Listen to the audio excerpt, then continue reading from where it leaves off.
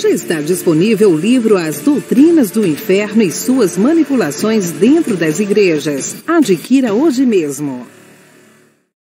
Olá, abençoados! Graça e paz! Bem-vindos ao canal da Graça Pura. Você está no canal aí da Graça Pura, um canal que leva a graça até você, né? A graça de Cristo ressuscitado. Nós cremos em uma escatologia consumada, ou seja, cremos que quando o templo foi derrubado, ali se caracterizou a vinda de Jesus, e que a vinda de Jesus foi o renascimento, né, de novos céus e nova terra, ou seja, o mundo que era conhecido anteriormente, o mundo bíblico, o mundo dos judeus, o mundo de Israel, foi destruído, né, o Israel bíblico, e começou novos céus e nova terra, inaugurando tempos eternos, a graça que nós estamos vivendo hoje. E para você, existe livre-arbítrio na graça? Uma pergunta que eu te faço. Bom, abençoados, no que tange as questões espirituais, não, tá? Na questão de destino espiritual, onde vai ser a sua vida após a morte, não. Você não tem acesso a essas coisas, e no quesito também espiritual, tá legal? Você vai entender um pouquinho disso nessa mensagem. Por isso que nós dizemos que o livre-arbítrio é uma apostasia, tá bom? Porque ela confronta a soberania de Deus, né? Ela relega Deus a um segundo plano. Porque, segundo o que ensina o sistema, eles falam que livre-arbítrio é o poder do homem decidir sobre o seu futuro, né? Para onde vai, onde você vai passar depois que morrer, corpo, alma, espírito, para onde vão, enfim, tudo depende ao homem. E as denominações aí inventam várias coisas. Umas chamam à frente para orar, outros mandam você levantar a mão para aceitar Jesus. Isso é totalmente antibíblico, isso não existe. E é isso que nós vamos ver nessa mensagem. Mas antes disso, eu gostaria de pedir a todos vocês que têm se identificado com esse canal e ainda não se inscreveu, se inscreva em nosso canal, abençoado. Muitas coisas novas virão aí, muitas mensagens iguais a esta, que a bem da verdade é um review, né? Se inscreva, toque o sininho para que o YouTube te avise. Deixe seus comentários, tá, abençoado? Curta, porque você já sabe que vem coisas boas. E se você amar, compartilhe nas redes sociais que vocês pertencem.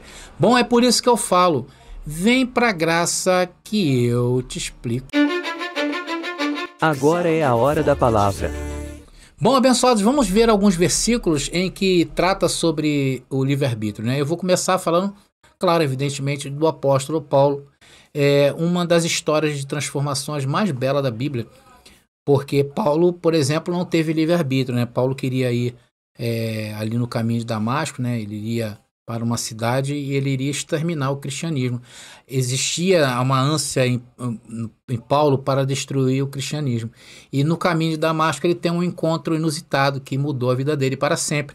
Então Deus, né, Jesus teve um encontro com ele e falou: agora não é você, sou eu que mando e aconteça na tua vida. E Paulo entendeu que ele não tinha livre-arbítrio no seu chamado, e você vai entender isso também. Tá legal? Nós somos abençoados.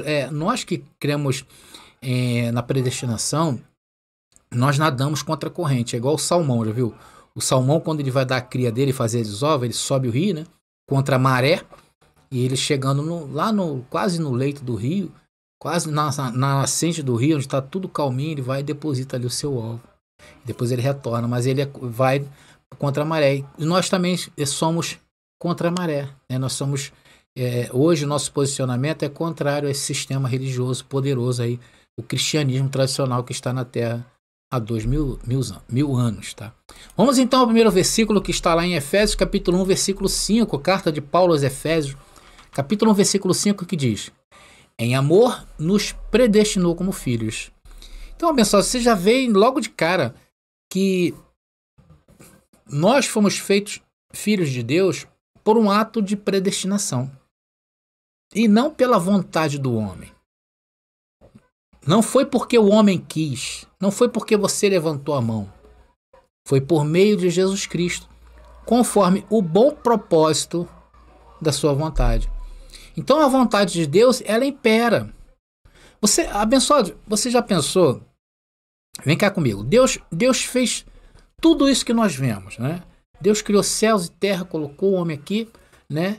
E simplesmente entregou ao homem esse livre-arbítrio, né? Essa vontade própria do homem, em querer ou não ir para o céu. E não somente isto, para formar família para ir ao céu. Porque não é isso que o sistema fala? Eles não falam assim, vamos saquear o inferno e povoar o céu? Então, na mente deles, a família que eles formarão será a família que vai estar no céu. Então Deus fica lá em cima, imagina Deus roendo unha ali com o crucifixo de Jesus, esperando o seu livre-arbítrio, como você é poderoso, né? É assim que eles pregam. É uma verdade, eu estou aqui mentindo? Porque nós viemos de lá. Sim ou não? Vamos ler outro versículo agora mais na frente um pouquinho, que a gente vai entender um pouquinho mais, né, do que é a soberania de Deus e não do livre-arbítrio. O livre-arbítrio é a oposição. Efésios capítulo 1, agora versículo 9, que diz: e nos revelou o mistério da sua vontade. Olha só, a nós, queridos, foi revelado essa vontade de Deus. E nós fizemos o quê? Nós aceitamos. Nós curvamos a nossa mente para as coisas de Deus. Mas nós só podemos curvar a mente porque Deus nos deu primeiro. Porque não dependeu de nós também. Não dependeu de quem quer, não depende do que corre, conforme o próprio apóstolo Paulo diz, né? Dependeu de a vontade soberana de um Deus soberano. E diz o texto: e nos revelou o mistério da sua vontade, de acordo com seu bom propósito que ele estabeleceu em Cristo.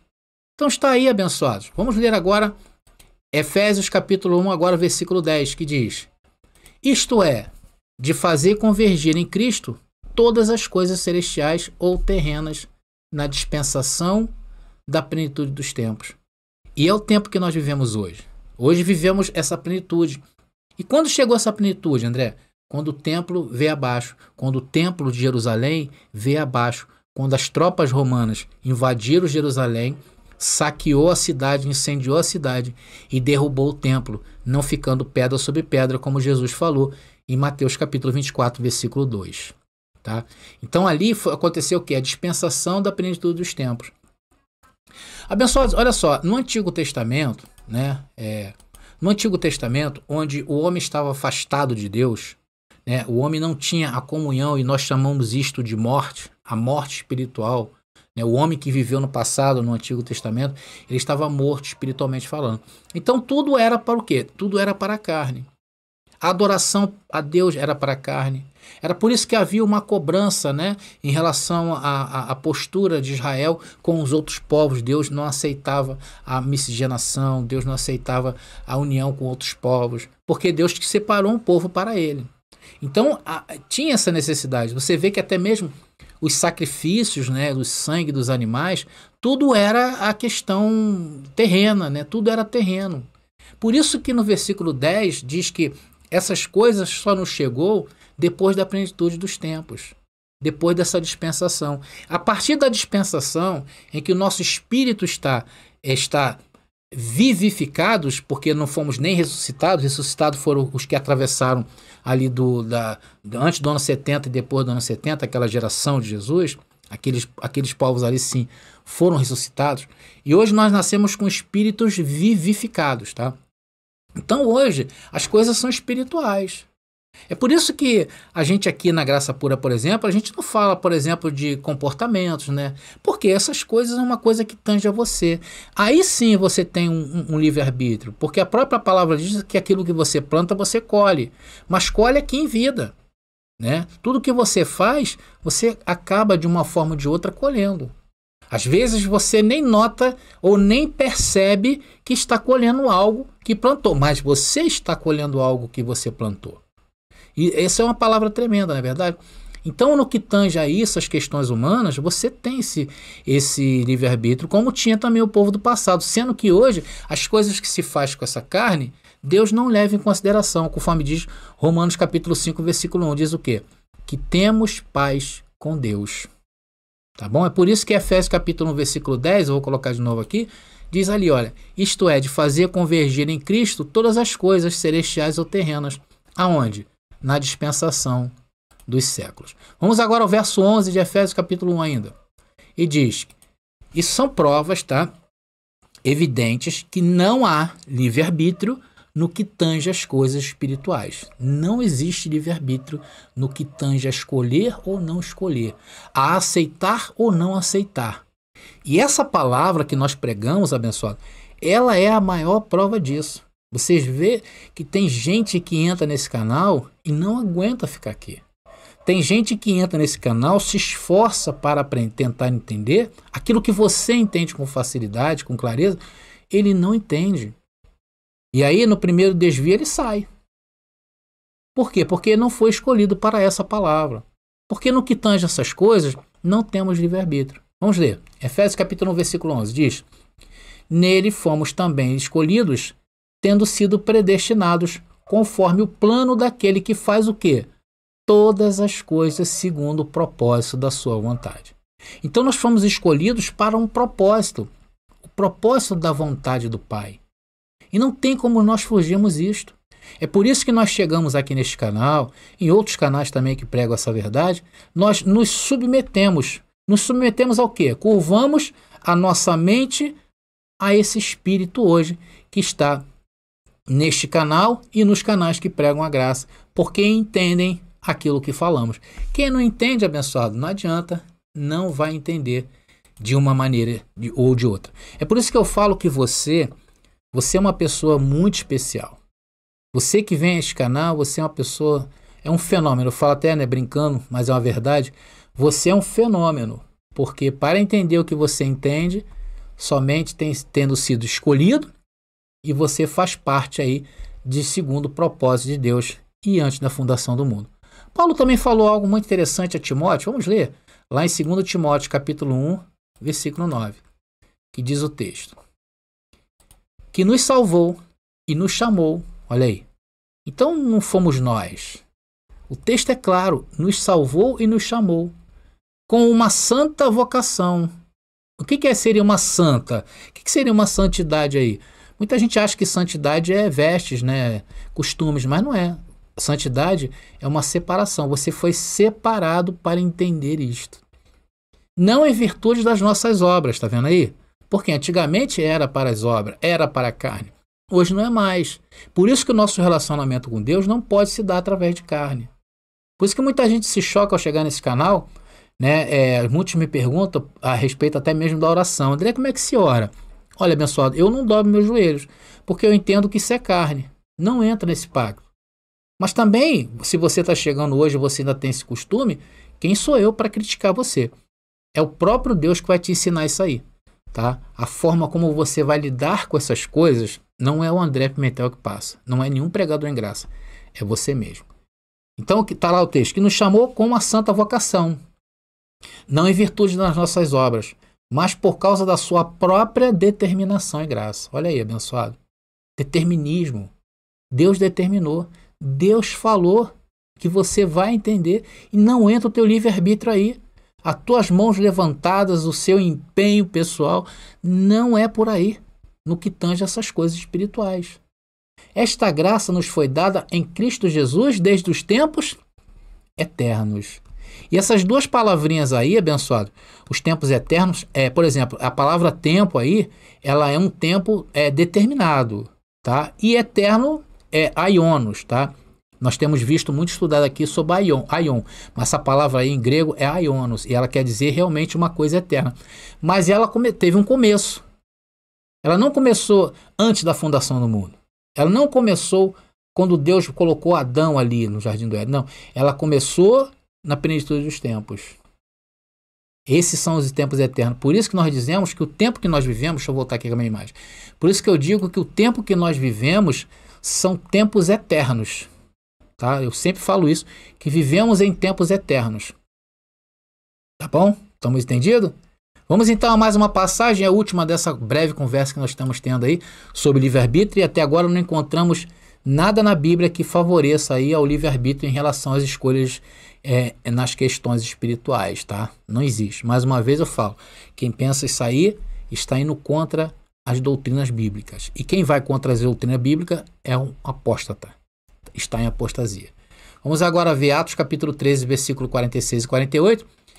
E aqui narra o apóstolo Paulo junto com Barnabé, né, eles estavam em uma viagem missionária, e ele estava falando tanto a judeus como a gentios. Importante também notar aqui, eu gostaria de falar um pouco sobre isso, o evangelho que o apóstolo Paulo recebeu de uma maneira totalmente diferente dos que receberam os outros discípulos. Acabei de falar que ele ia a caminho de Damasco, e Deus falou para ele, você não vai mais, você vai para cá, você vem para ali. Paulo queria subir lá para falar com os discípulos, mas foi impedido pelo próprio Senhor. porque o que Deus tinha com o apóstolo Paulo era diferente do que tinha com os discípulos que andaram com ele quando estavam em seus dias de carne. Por quê?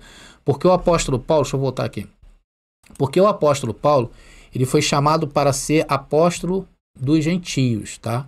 Então ele levou uma palavra diferente da palavra que levou os discípulos. A palavra de Paulo foi para reconciliação, tá? Porque os gentios, né, como era o povo que não era judeu naqueles dias, era conhecido como gentios, eles não tinham acesso à lei, eles não tinham acesso às coisas de Deus, estavam separados. Então o que houve entre eles foi uma reconciliação. Então por isso que Paulo fala que Deus deu a ele o ministério da reconciliação. E ele foi aos gentios, foi determinado por Deus, determinismo, mais uma vez, né? Deus determina, não é livre-arbítrio. E os discípulos ficaram com o povo de Israel, né? E aos discípulos foram dado o quê? Foi dado o quê? O ministério do arrependimento. Para quem? Para os judeus. Os judeus precisavam se arrepender de tudo aquilo que eles fizeram na história. Você pegar a história dos judeus no Antigo Testamento, eram histórias de desobediências, né? Ali em Mateus capítulo 23, Jesus fala o que recaía sobre esse povo.